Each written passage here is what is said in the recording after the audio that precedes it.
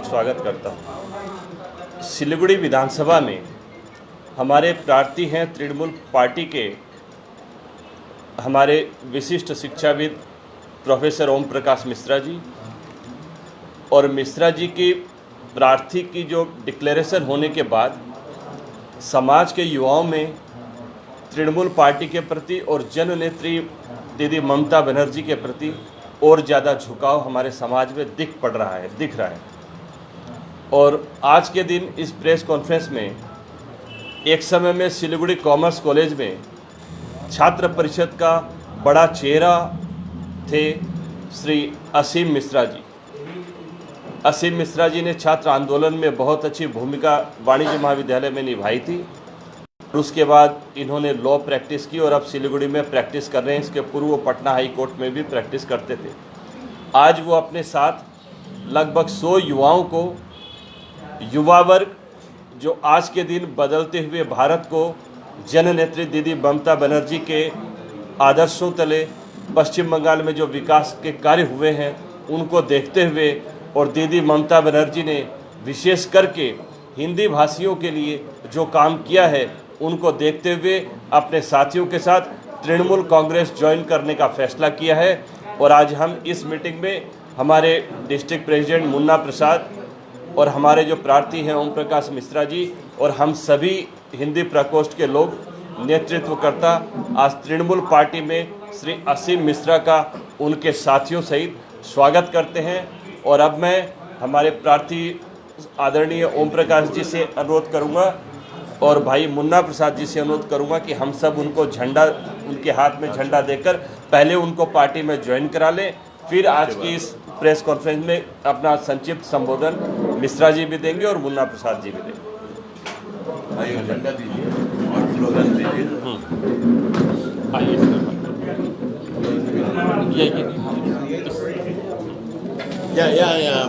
हम लोग थोड़ा उनके साथियों को दीजिए वहाँ पर।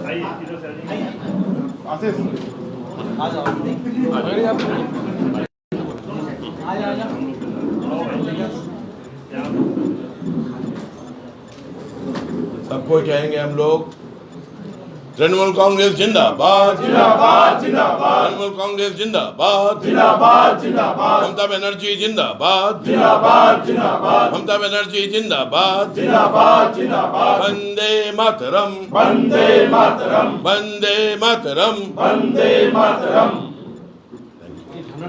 आप सभी को स्वागत है। असीम जी आप भी पकड़े। ये दूर है।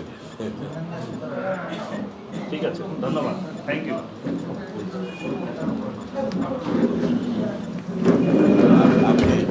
मित्रों,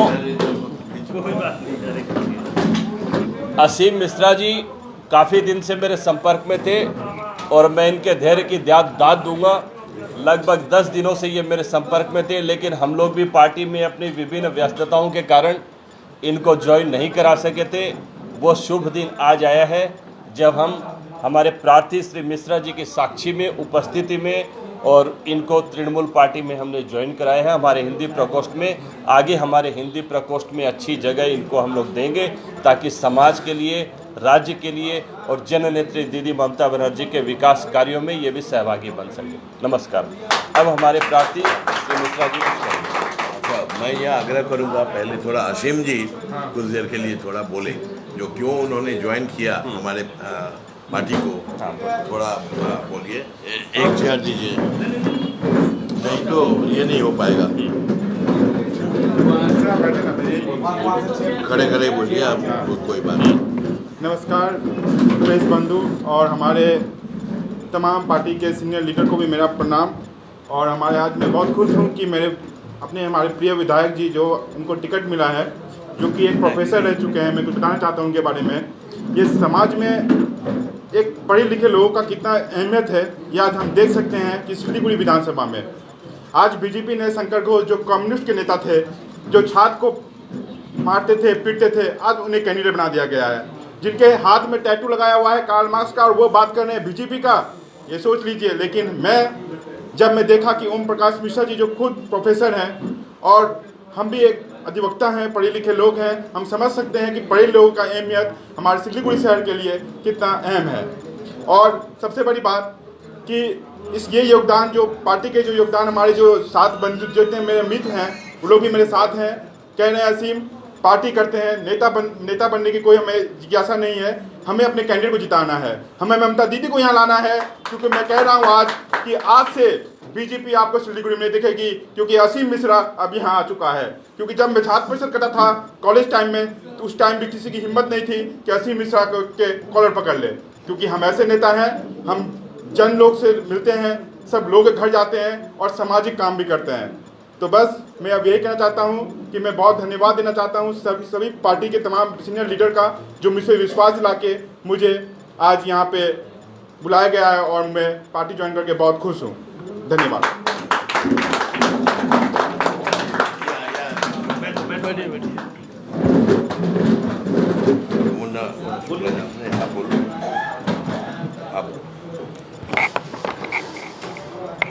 अच्छा, नमस्कार सभी को, मीडिया भाई।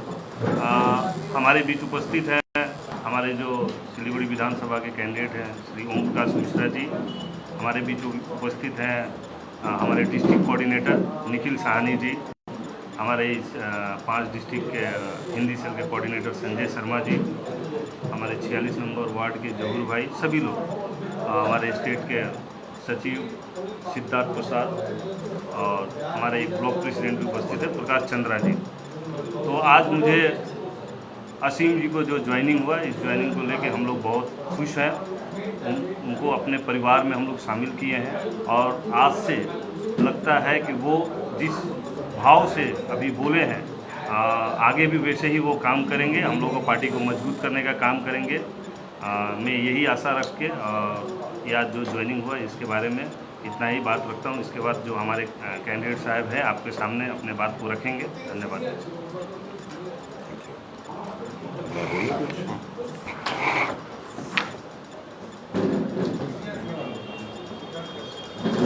बहुत धन्यवाद संजय शर्मा जी का, आभार व्यक्त करता हूँ मुन्ना प्रसाद जी का, हमारे वरिष्ठ नेता निखिल साहनी जी भी यहाँ हैं, और हिंदी प्रकोष्ठ के ही सेक्रेटरी सिद्धार्थ प्रसाद जी भी हैं, जौहर साहब और समीर छत्री साहब यहाँ हैं, दोनों 46 नंबर वार्ड के हमारे प्रेसिडेंट्स हैं। और इसके अलावा जो साथी यहाँ हमारी पार्टी में ज्वाइन किया है, असीम मिश्रा जी, इनके और इनके साथियों का भी काफ़ी स्वागत हम करते हैं। बहुत ही अच्छा हो गया जो आज ये ज्वाइनिंग हुई, और 2-4 जो काफ़ी महत्वपूर्ण संदर्भ है उसको साथ रखने की ज़रूरत है। मैं 2 चीज़ों के बारे में प्रकाश डालना चाहता हूँ। एक है जय बांग्ला स्लोगन। जब तृणमूल कांग्रेस जय बांग्ला कहती है, उसका मतलब है बंगाल के जो लोग हैं उनका जयगान। बांग्ला शब्द को 2 अर्थ में व्यवहार किया जाता है। एक है बांग्ला, एक भाषा की ओर, और एक है बांग्ला जहाँ के हम सब निवासी हैं। तो जब हम कहते हैं जय बांग्ला, तो उसी में निहित है जय हिंदी, जय नेपाली, जय गुजराती, जय सादरी, जय उर्दू। जो बोली हमारे बंगाल के लोगों की बोली है, जो बंगाल में रहते हैं उनकी बोली अलग अलग है, पर जब वो बोली भावना से रूपांतरित होके कोई सार्वजनिक विषय पर रखना होता है तो वो बंगाल की बोली होती है, बंगाल के आवाम की बोली होती है, यहाँ के लोगों की बोली होती है, और वो बोली किसी भी भाषा में बोली जा सकती है। और इसीलिए हम सब कोई यहाँ पश्चिम बंगाल में कहते हैं जय बांग्ला। दूसरा एक संदर्भ मैं रखना चाहूँगा जो कि प्रासंगिक है, जो हम लोगों ने और हमारे युवा साथियों ने एक स्लोगन या एक संभाषण व्यवहार हम करते हैं, खेला होवे, और ये बहुत ही अच्छा एक अभिव्यक्ति है। आजकल सभी कोई इसको व्यवहार करते हैं। इसका मतलब है जो हमारी जो सकारात्मक सोच है, पॉजिटिव थिंकिंग है, हमारा जो स्पिरिट है, उसको दिखाना, उसको जाहिर करना, और वो जाहिर करना हृदय से होता है। और ये तृणमूल तीन मूल आधार है। उसका पहला दो आधार यानी कि सहयोगिता, कॉपरेशन। दूसरा आधार प्रतियोगिता, कंपटीशन। ये दो आधार को लेकर है खेला होवे। और ये खेला होवे, कॉपरेशन और कंपटीशन, ये बिल्कुल और एक जो आधार हो सकता है, पर जिसको हमें वर्जन करना है, यानी कि कॉन्फ्लिक्ट, यानी कि संघात, यानी कि खून खरापा, यानी कि हिंसा। तो खेला होवे है हिंसा के खिलाफ, खेला होवे है संघात के खिलाफ। किंतु खेला होवे और लोकतंत्र का खेला होगा हर एक 5 साल के अंदर अपने देश में, आंध्र प्रदेश हो या उत्तराखंड या राजस्थान हो या असम, 5 साल के अंदर में विधानसभा का चुनाव होता है, फिर लोकसभा का चुनाव होता है, और हमारी जो स्वायत्त शासन की जो म्यूनिसिपैलिटीज़ हैं, पंचायत हैं, या जहाँ जैसे कि हमारे सिलीगुड़ी में कॉरपोरेशन का चुनाव होता है। तो ये लोकतंत्र का खेला है, और ये खेला बहुत ही महत्वपूर्ण है, और ये बंगाल में खेला जा रहा है, और बहुत इसका आशय है।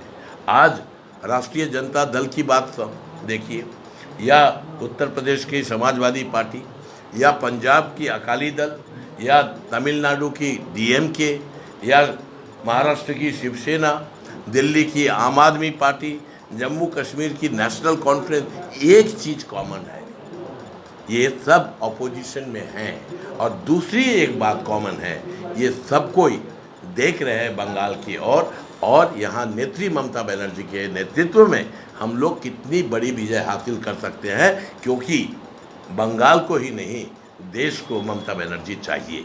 तो अभी जो चुनाव है, ये एक सेमीकोलन है, ये फुल स्टॉप नहीं है। ये फुल स्टॉप 2024 में होगा, और वो फुल स्टॉप किंतु एक कंटिन्यूएशन होगा। और बंगाल में हम लोग जिस तरह से आगे बढ़ रहे हैं, उसी को हम लोग दोहराएंगे। जब योगी जी यहाँ आके कहते हैं जो उत्तर प्रदेश से देखकर सीखिए, तभी तृणमूल कांग्रेस का प्रचार खुद का बेखुद हो जाता है। आज जब बेंगलोर से, दिल्ली से, मुंबई से, सूरत से, अहमदाबाद से, पुणे से, चेन्नई से जब लोगों का पलायन जरूरी हो गया, अनिवार्य हो गया, सिर्फ आज 1 साल की बात है, 1 साल पुरानी बात है, लोग आ गए, बंगाल आए, मध्य प्रदेश आए, बिहार आए, उत्तर प्रदेश आए, उड़ीसा आए, लौट के आना पड़ा। आपने कभी सुना है जो बंगाल में जो लोग, बाहर के लोग हैं, बाहर से संपर्क या संदर्भ रहा है, जो बिहार के लोग आए हुए हैं या बसे हुए हैं यहाँ पर, उत्तर प्रदेश के लोग बसे हुए हैं यहाँ पर, एक किसी को भी जाना नहीं पड़ा बंगाल छोड़कर। ये बहुत बड़ी उपलब्धि है, ये सरकार की उपलब्धि है, और संगठन की दिशा में यदि सोचे तो हमारे जो तृणमूल कांग्रेस के कार्यकर्ता हैं, इन लोगों की जीत है। क्योंकि बंगाल में हम लोगों ने लोगों के साथ रहने का काम भरपूर किया, तो इसीलिए बंगाल में शांति है, बंगाल में समृद्धि भी है, पर वो उस मात्रा तक नहीं है जो हमें चाहिए, जिसकी हमें ज़रूरत है। पर उस दिशा में यदि कहीं कोई काम हो रहा होगा तो वो बंगाल है। पब्लिक पॉलिसी और पब्लिक एडमिनिस्ट्रेशन, इन दोनों चीज़ का जिसके साथ गवर्नेंस का संपर्क है, इसमें ममता बनर्जी की सरकार ने जो रिकॉर्ड कायम किया है वह सारे दुनिया में नहीं है। और यह बात थोड़ा मैं गर्व के साथ इसलिए भी कह सकता हूँ और सच्चाई को साथ रखते कह सकता हूँ क्योंकि मैं इंटरनेशनल रिलेशंस और फॉरेन पॉलिसी पढ़ाता हूँ, विगत 30 सालों से पढ़ाता हूँ। कभी प्रधानमंत्री डॉक्टर मनमोहन सिंह का भी मैं सलाहकार रह चुका हूँ नेशनल सिक्योरिटी के मामले में। देश विदेश में कहीं भी ऐसा सिस्टम जन कल्याण को इतना आगे बढ़ा के गवर्नमेंट आउटरीच को नई तरीके से एक नई दिशा दिखाने का काम जो ममता बनर्जी की सरकार ने किया है, जो इतने सैकड़ों सरकारें हैं दुनिया में स्थापित, कहीं पर इस तरह से नहीं हुआ। ये जो दुआरे सरकार का जो कॉन्सेप्ट है, इस कॉन्सेप्ट के माध्यम से 25 मिलियन यानी कि 2.5 करोड़ लोगों के पास गवर्नमेंट का सहायता पहुंच रहा है या पहुंचाने की कोशिश है, यह इतनी बड़ी उपलब्धि आज तक नहीं हुई है। तो जैसे कि 1930s के बाद जब वर्ल्ड में डिप्रेशन हुआ था तो उसके बाद एक इकोनॉमिक्स में बहुत बड़ा बदलाव आया और सोच में बदलाव आया, उसको हम लोग केन्सियन इकोनॉमिक्स के हिसाब से जानते हैं। और भी काफ़ी सारे बड़े बड़े पड़ाव आए हैं। उन पड़ावों में बाद में आज से 15 साल 20 साल के बाद देखा जाएगा जो गवर्नमेंट आउटरीच के कॉन्टेक्स्ट में भारतवर्ष की एक बहुत बड़ी राज्य यानी कि पश्चिम बंगाल और वहाँ की सरकार, उन्होंने ये इतना बड़ा गवर्नमेंट आउटरीच प्रोग्राम किया। मैं दूसरे विषयों पर उल्लेख नहीं करूँगा, आज का मौका भी उस संदर्भ में नहीं है। हमारे काफ़ी सारे साथियों ने यहाँ ज्वाइन किया है। मैं आप लोगों को बता दूँ, हमारा तृणमूल कांग्रेस का कैंपेन सारे बंगाल में बहुत अच्छी तरह से चल रहा है और बीजेपी के साथ हमारा कोई भी इलेक्टोरल चैलेंज वो हमें नहीं दे रहे। बीजेपी के साथ आरएसएस के साथ हम लोगों का पॉलिटिकल आइडियोलॉजिकल लड़ाई है। और ये जो इलेक्शन है, ये इलेक्शन में काफ़ी लोगों को गलतफहमी है।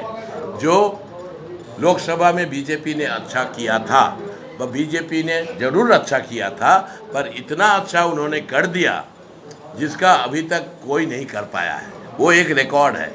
जो पार्टी 10.5% वोट मिलता हो, उसको अचानक 2.5 साल के बाद 40% वोट मिल गया, तो यह कैसे हुआ? कुछ पार्टियां जो प्रतिष्ठित पार्टियां हैं, उन्होंने अपनी नाक कटवाकर तृणमूल कांग्रेस को नीचा दिखाने के लिए, ममता बनर्जी सरकार को डिस्टेबलाइज करने के लिए अपना तन और मन दिया। धन तो शायद लिया, तन और मन दिया, वोट दिए। ये जौहर साहब है, ये 46 नंबर हमारे जो वार्ड है उसमें हम लोगों ने उसमें 2 यूनिट बनाए, ए और बी। तो ये ए के प्रेसिडेंट है सबीर शेट्टी साहब, बी के प्रेसिडेंट हैं। तो वहाँ पर ये खैर मैं तो इस बारे में काफ़ी बार बोल चुका हूँ, देश में बोल चुका हूँ, टेलीविज़न में, पर ये जान के रखिए ये सिलीगुड़ी का एग्जाम्पल है। एक बूथ में 2 सीपीएम के एजेंट, तृणमूल के एजेंट, बीजेपी का कोई भी एजेंट नहीं 46 नंबर वार्ड में। और बाद में पता चला उस बूथ से बीजेपी को अच्छी वोट मिली है, तृणमूल डिस्टेंट सेकेंड है और सीपीएम नहीं है यानी कि 0 वोट मिले हैं। जबकि 2 सीपीएम के एजेंट बैठे हुए थे पोलिंग बूथ में, यानी कि अपना सारा का सारा वोट इन्होंने दे दिया है बीजेपी को। और इसलिए मैं काफ़ी साल से कह रहा हूँ, बीजेपी का जो ग्रोथ है ये आर्टिफिशियल है बंगाल के लिए, ये ऑर्गेनिक ग्रोथ नहीं है। किसी पार्टी का ग्रोथ इस तरह से नहीं होता है बड़े राज्यों में। आज तक 1952 साल के बाद का कोई रिकॉर्ड नहीं है जहाँ 10.25% से आप 40.2% में चले जाएं। तो ये आर्टिफिशियल ग्रोथ है और ये इतना भयंकर है जिसका कॉन्टेक्स्ट है जो बीजेपी को कैंडिडेट नहीं मिल रहा है। अब कोई कह रहे हैं जो आप लोगों की परेशानी है, काफ़ी आप लोगों में काफ़ी कंपटीशन है, बिल्कुल है। काफ़ी सारे लोग तृणमूल प्रत्याशी होने के काबिल हैं, योग्य है और प्रतियोगिता में हैं। ये तृणमूल की अवस्था है। और बीजेपी की समस्या क्या है, जो कोई भी काबिल नहीं है। और इसीलिए कोई कह रहा था कि आप ही कह रहे थे जो गुरु शिष्य। खैर, कार्ल मार्क्स, एक आपको बता दूं, कार्ल मार्क्स एक बहुत रेस्पेक्टेड सोशल साइंटिस्ट थे। और कार्ल मार्क्स का कोई यदि टैटू लगा के घूमता है तो मुझे तो कोई आपत्ति नहीं है, किंतु कार्ल मार्क्स का यदि टैटू लगा के घूमता है तो फिर वह यदि इन कामों में शामिल हो, जो लोगों को डराया जा रहा है हो, लोगों को धमकाया जा रहा हो और विरोधियों को पीटा जा रहा हो, लाठी लेके लोगों को हिंसा में शामिल होने के लिए बाध्य किया जा रहा हो, तो ये नहीं होना चाहिए। तो ये आप लोग एक वर्ड कह रहे हैं क्या, गुरु चेला, तो ये तो पूरा सीपीआईएम का इशू है। सीपीआईएम ने वोट दिया, अब कैंडिडेट भी दिया, किंतु बीजेपी भी कुछ देगी, बीजेपी भी कुछ देगी। और वो देगी क्या, वो जतिन ओझा जी नाम के एक व्यक्ति ने बता दिया है। जतिन ओझा जी, मैं आप लोगों के सामने बता रहा हूँ, जतिन ओझा जी मोदी जी के गुरु रह चुके हैं गुजरात में, और उन्होंने लेख लिखा है, बिल्कुल छपा है, उनके खिलाफ किसी ने कोई केस नहीं किया है। उन्होंने ये कहा है, जो गुजरात में 2 शहरों में एड्रेस देते हुए जो 1 करोड़ रुपया आप पुराने नोटों का लेके जाइए और टोकन मिलेगा, और समय नहीं है इसलिए वजन करके देखा जाएगा जो 1 करोड़ रुपया है गिरे बोरा में, और दूसरे कमरे से 2000 रुपये वाला नोट लेके, यानी कि 65 लाख रुपया लेके आप निकल आइए। तो मोदी जी ने कहा था जो ब्लैक मनी को ख़त्म कर देंगे। एक तरह से देखा जाए तो उन्होंने ख़त्म तो किया, उसको पूरा वाइट कर दिया।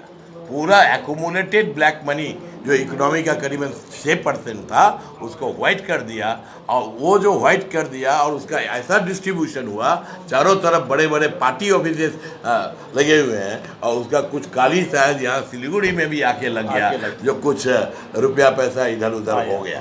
खैर, तो जतिन ओझा आप लोग देख लीजिएगा, he used to be a very influential BJP leader. वैसे गुजरात से बीजेपी लीडर लोगों का नाम आप लोग नहीं सुनिएगा, क्योंकि बीजेपी लीडरशिप का पूरा सफाया हो गया। हरेन पांड्या की जो हत्या हुई, अभी तक उनकी पत्नी, वो बहुत बड़े लीडर थे, वो होम मिनिस्टर थे गुजरात के, अभी तक पता नहीं चल पाया। यहाँ पर